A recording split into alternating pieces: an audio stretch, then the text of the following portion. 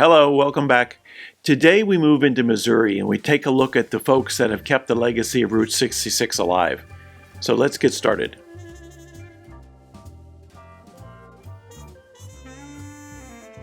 Now that we're into Missouri, we'll leave the Chain of Rocks Bridge and head south on 66 into the heart of St. Louis.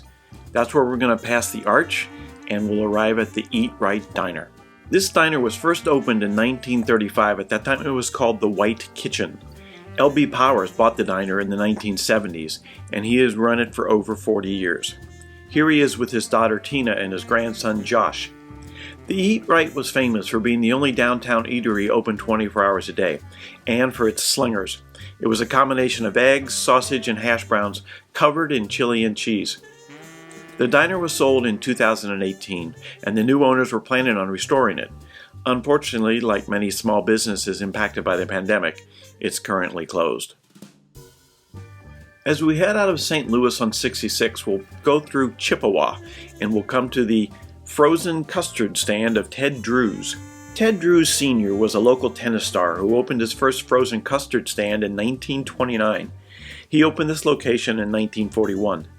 The business has been passed down through 3 generations, and here Travis Dillon, who's married to Ted Sr.'s granddaughter, Christy, does some repair on the neon sign out front. I'm happy to report this location is still open and doing very good business.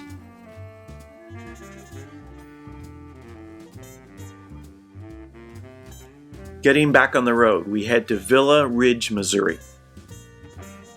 Villa Ridge is the home of what was once a true gem on the Mother Road, the Diamonds Restaurant.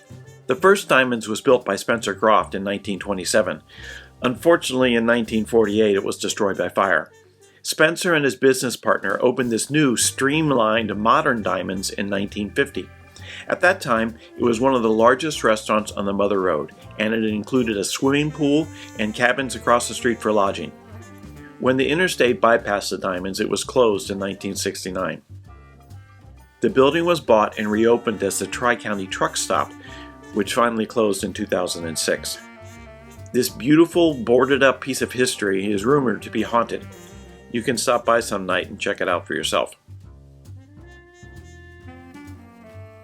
Just a bit further down the road, we come to the Sunset Motel.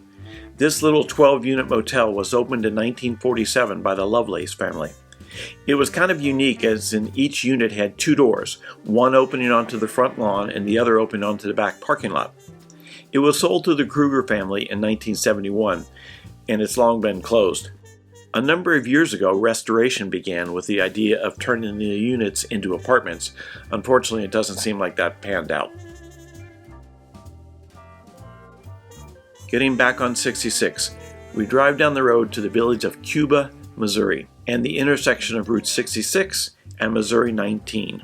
In 1932, when Paul Carr opened the Phillips 66 gas station, there were 4 stop signs at this intersection. It was referred to by the locals as the Four-Way. In 1968, Bill and Lynn Wallace bought the station, and in 1985, it was turned into the Washington Street Bakery. After the bakery closed, the station sat empty until 2005, when it was beautifully restored. In 2016, Joni Weir and her children Haley and Sam opened the Four-Way restaurant. The food was incredible, and the historic decor was warm and inviting. I loved eating there. Unfortunately, due to the pandemic, it is now closed. A real loss for the village of Cuba.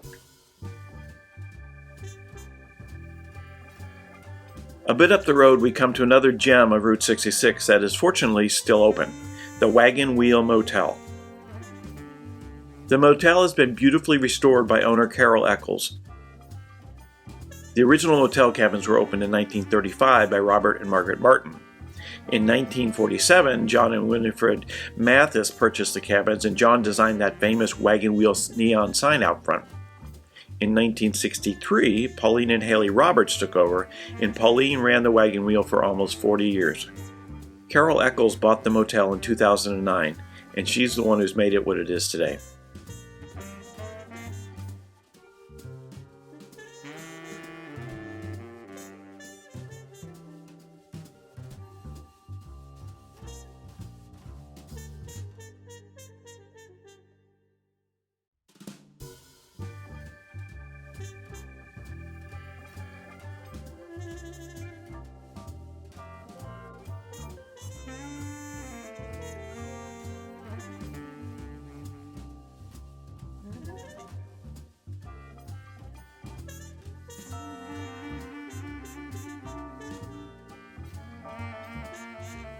If you have a chance to stay at the Wagon Wheel, I highly recommend it.